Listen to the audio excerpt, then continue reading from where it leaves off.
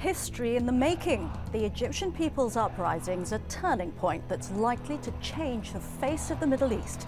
But can it also mark a new chapter in the US approach to and vision of the region? This is Inside Story.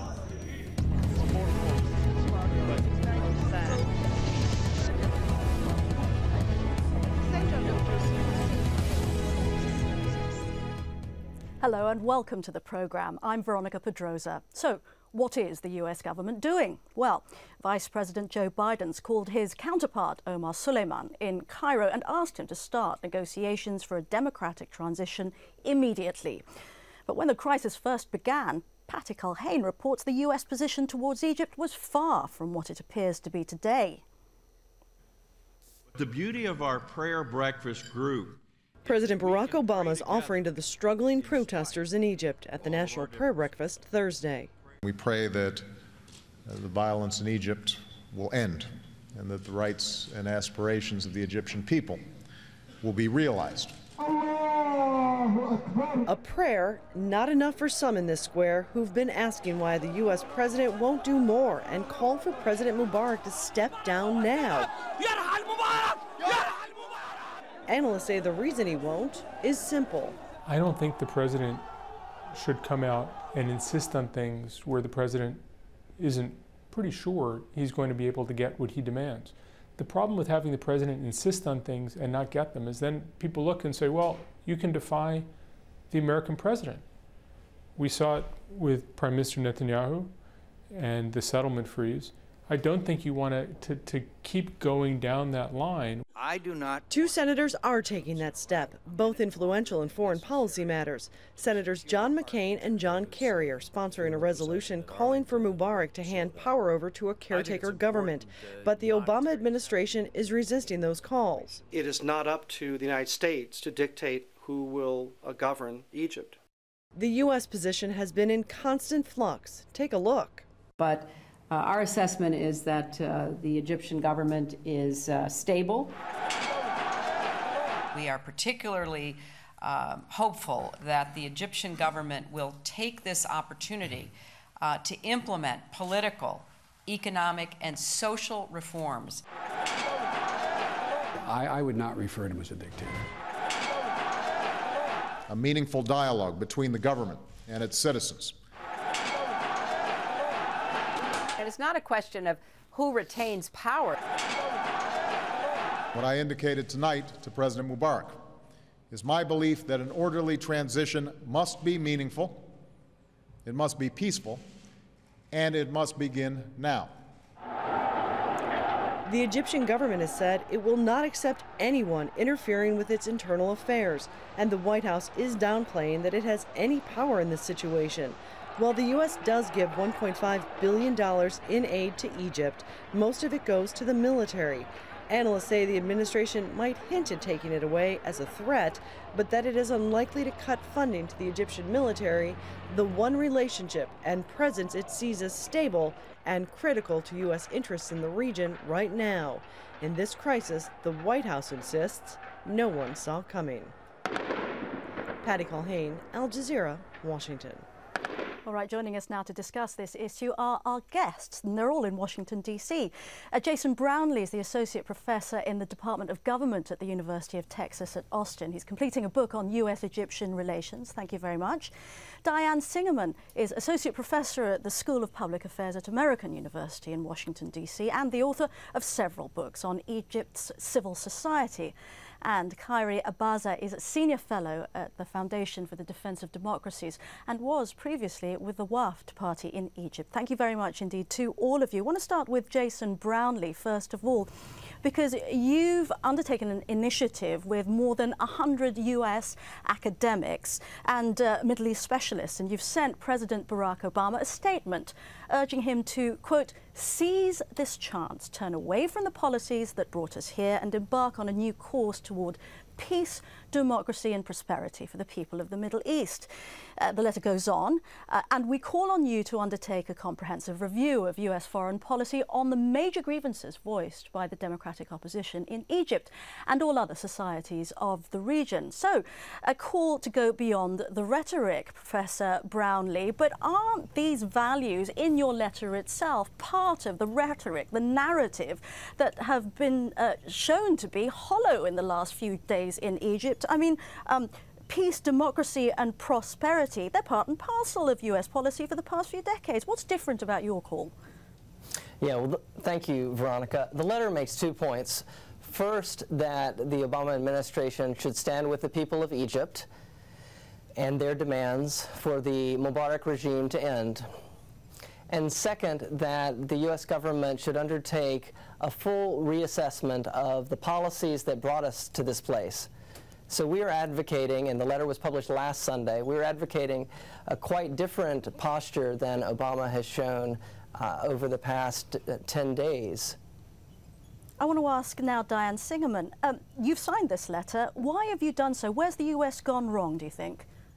Absolutely. I think this letter is very important because it offers a voice that one doesn't hear too much. But more importantly, what the sentiment behind this initiative is the United States has to fundamentally realize that it can no longer just rely on the military and its relationships with the military and the Mubarak regime. It has to make a fundamental democratic transition. It has to take seriously what everybody in Tahrir Square is saying, which is we need to move beyond military rule. We need to move beyond the concentration of power in the security and the military forces. So the idea is that the United States has just come out very, very recently with, as you say, rhetorical condemnations of the kind of security state that has been in place for over 30 years. The United States is very, very late to the game, and the United States, our administration, has to stop relying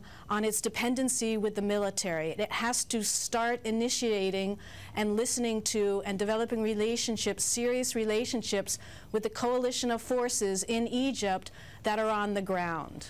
Khairi Abaza, I want to, with you, continue to inject a note of skepticism. Look, you've lived in Egypt, you've supported reformist causes, but you're in the Beltway now. You can see how Washington formulates foreign policy, how think tanks work. Let me put a quote to you. In reality, there is no such thing as an ethical foreign policy. There is something philosophical called ethics and something pragmatic called foreign policy. The art of diplomacy lies in navigating between them.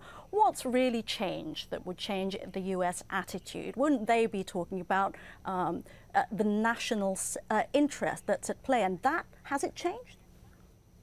Well, if the United States wants to preserve relationship with the Arab world and the Arab countries, it's time to reassess the policies towards these countries, because the way the United States supported autocratic ruler, this reminds us of the way the United States supported Batista, for instance, or the Shah in Iran, until afterwards there is a big resentment against the United States, and eventually it turns against US interests.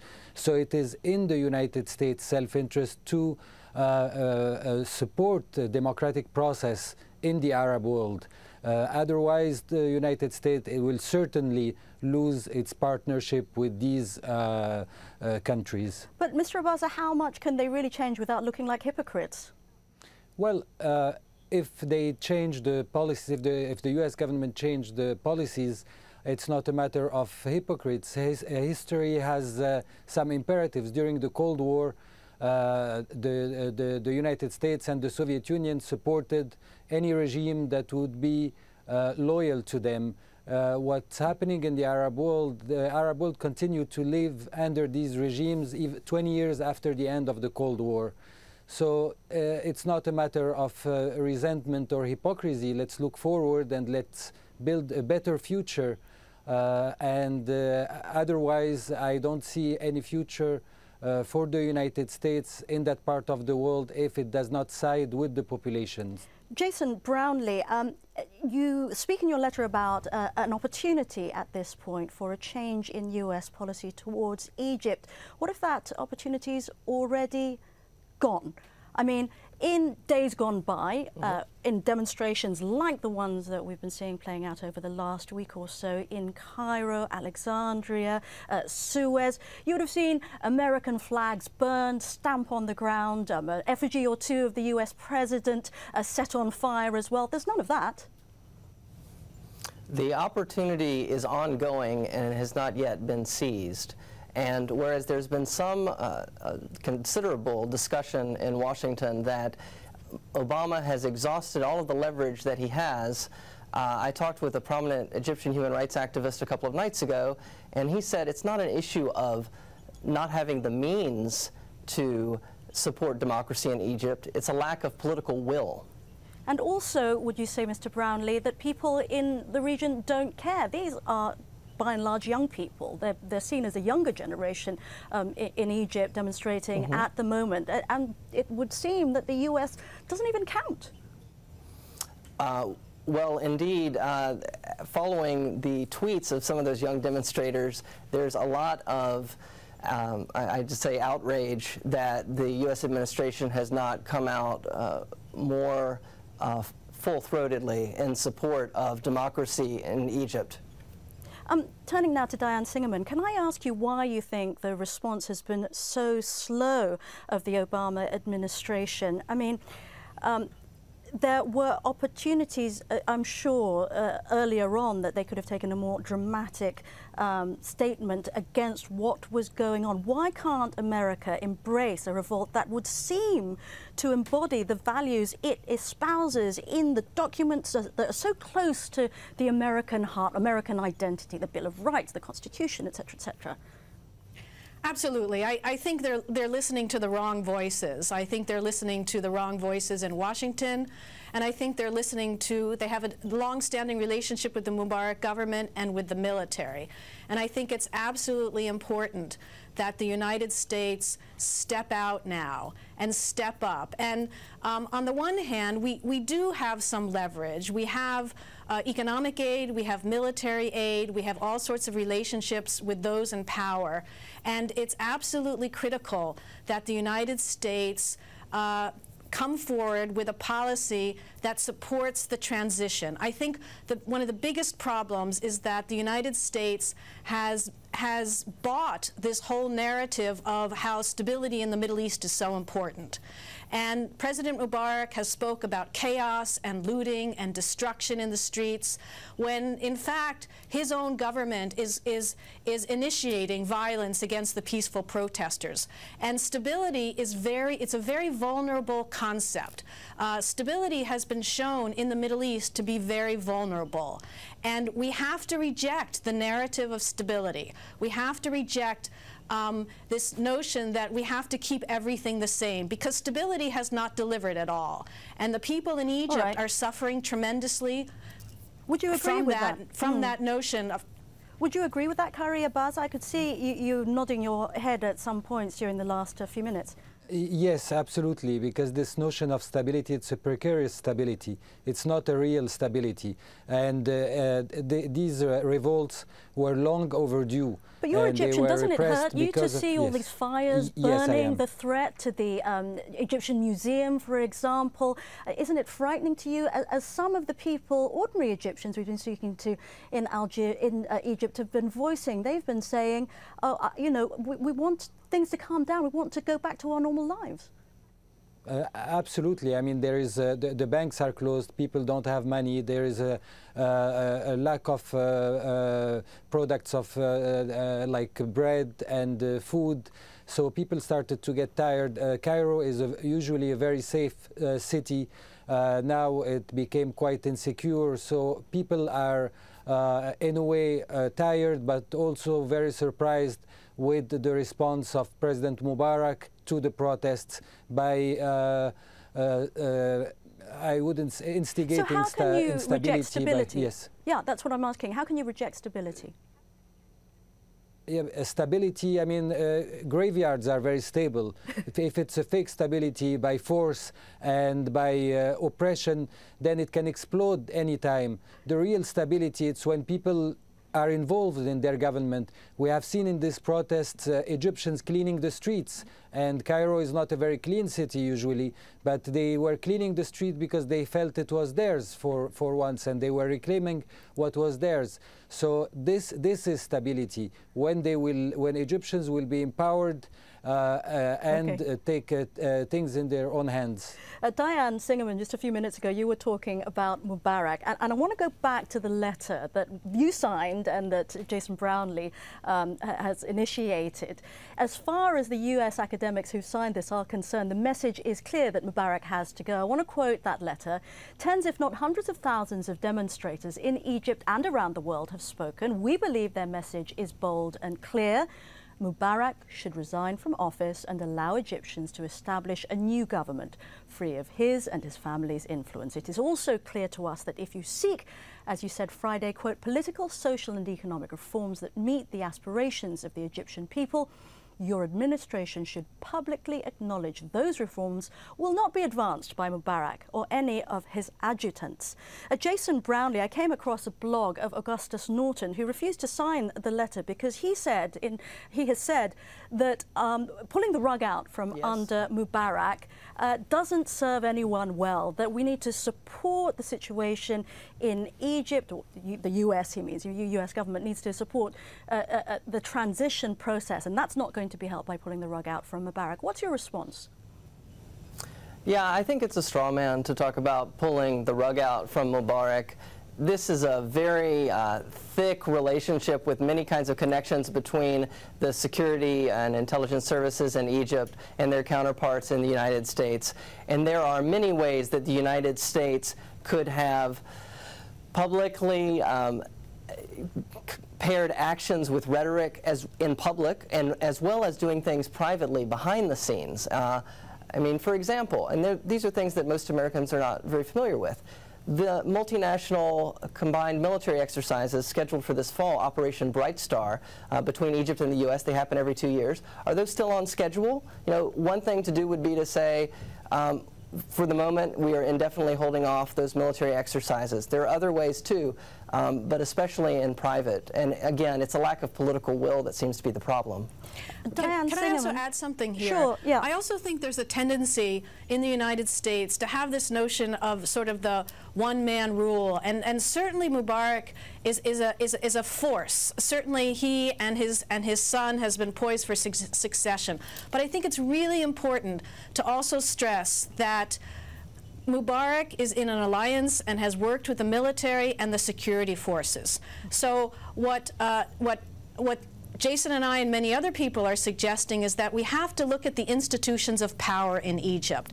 We, as the protesters are saying, we need to constrain the executive. We need the rule of law. Foremost, we need the end of emergency law. And it's very interesting that yesterday in Algeria, the president said that he was going to stop emergency law. Those are the concrete things that are in the hands of Egyptian politicians who know what to do with the Constitution. Isn't there a larger regional reason for the continuing support for the military in Egypt? And that is, of course, the situation with Israel, the closeness of the US-Israeli relationship. There's another part of Augustus Norton's blog in which he says for US policy imperatives, you've got to be realistic in addressing the US-Israeli relationship. Absolutely not. He was saying, I may regret the US has allowed itself to become so entangled and ensnared with Israel's policies, but the US and Israel are tightly connected. That begs the question of what 30 years of this stability policy have gotten us, even in relationship to the peace process. The peace process has been stopped. The peace process is going nowhere.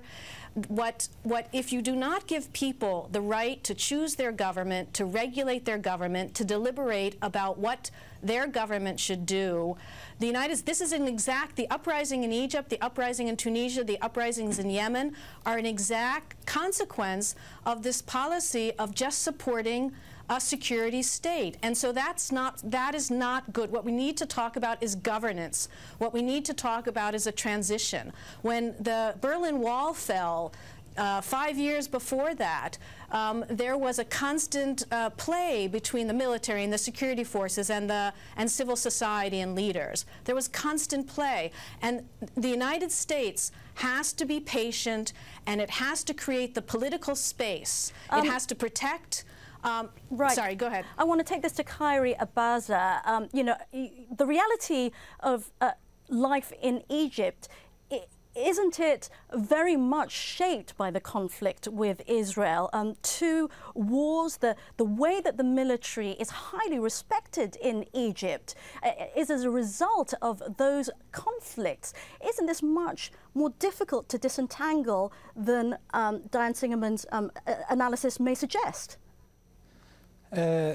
Yes, I mean the relationship with Israel. I mean, Israel is very concerned with the regime change in Egypt, and these are legitimate concern from the part of Israel. However, I don't think that any new Egyptian government and the Egyptian military will engage in a war against Israel. So the Egyptian military had, after the 1973 war, the role is really defend the border, and it's not an offensive military. Its role inside the country, it was isolated from the public. Also, that's why it has the respect of this of the people in Egypt, and there is a need to work with the military to have a positive role in the political process, and forget about this problem with Israel, because the concerns with the relationship with Israel created a lot of concerns with the issue of regime change in Egypt. And I don't think that whoever will take office in Egypt will engage in anything foolish, because there is a fear to lose Sinai again. Sinai is demilitarized. All right. Yes. Khairi Abaza, we don't have very much time left, and I do want to raise a very important element to the way that the US government and people look at Egypt before we wrap things up. Jason Brownlee, there's an extent to which people in the US are afraid of regime change in Egypt because they are afraid of radical fundamentalism. The Muslim Brotherhood in particular has been raised as a kind of very frightening prospect to be involved in any future leadership. But let me put it to you that the general threat has always been rather independence. In the past, the US and its allies have, in fact, supported radical Islamists. 2 points. First, back on the Arab-Israeli peace process. This is a global concern. It's not an issue that's going to be resolved bilaterally between the U.S. and Egypt. And concerns in Egypt symptomize international worries about the lack of peace process and the need to make more substantial progress. On the fear that you rightly point out about democracy in Egypt, it's quite surprising to hear U.S. officials who speak about how much they value democracy to actually publicly acknowledge that they're not ready for it in Egypt. But it's really not their choice. Egyptians have spoken, and it's Egyptians who will chart this democratic course. But the underlying concern is not about radical Islam or abrogation of the peace treaty, both of which are, as fears, are quite overblown. I think the real anxiety has to do with dealing with the country of Egypt and its people as an equal, as a peer, about the United States no longer having a yes man in Cairo, and instead having a government that, much like Turkey, will agree with the United States on many issues, but occasionally will say, no, we have our own ideas on this, we are an independent country, and here they are. Can you explain, Diane Singerman, why it would seem that the US, do you agree that the US is frightened of the prospect of an independent, inverted commas, government there? No, I don't. I think we have to listen to the aspirations of the Egyptian people. We have to stop deciding that we get to choose who win elections, and we basically let it up to the Egyptian people to decide who their leaders are. Khairi Abaza, a final word. Exactly. The important thing for the United States is to support a liberal democratic process in which all ideologies can coexist and can work together. This is the only way out of this situation. Thank you very much indeed to all our guests, Jason Brownlee, Diane Singerman and Khairi Abbassa. And thank you so much for joining us here on this edition of Inside Story. A reminder, we do always welcome your comments and suggestions. Email them to us at insidestory@aljazeera.net. Goodbye for now.